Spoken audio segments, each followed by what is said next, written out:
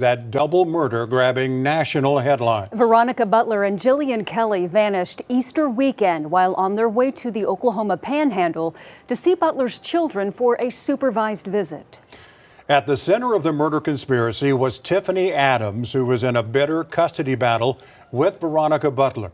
She and other defendants in the case called themselves God's Misfits. News 4's Sydney Batzloff joins us now with how she's admitting guilt in the murder. Sydney.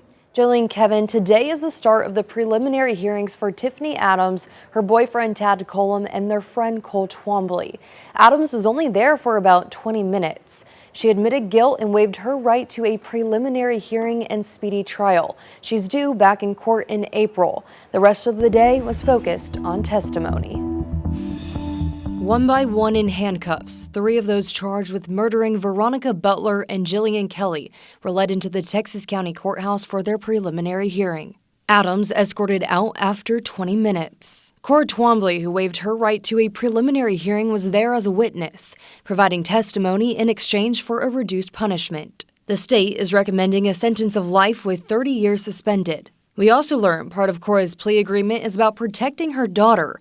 While talking about this, she became emotional, crying on the stand. Her testimony also providing more detail about how the group that called themselves God's Misfits formed in 2021. Many in the group grew up together between Keys and Boise City. Cora says she and her husband met Paul Grice when he came to buy a puppy and ended up staying to watch videos on constitutional rights. Tiffany Adams and her boyfriend Tad Colum later joined their informal club mixing politics and religion. Cora says she and Adams bonded over their children's struggles with addiction. Adams also was focused on her grandchildren's welfare, fearing they were being abused. Then, in 2023, conversations began about how to get rid of Veronica Butler. The first murder attempt in February failed. That led to a second attempt over Easter weekend, but Cora claims it didn't go as planned.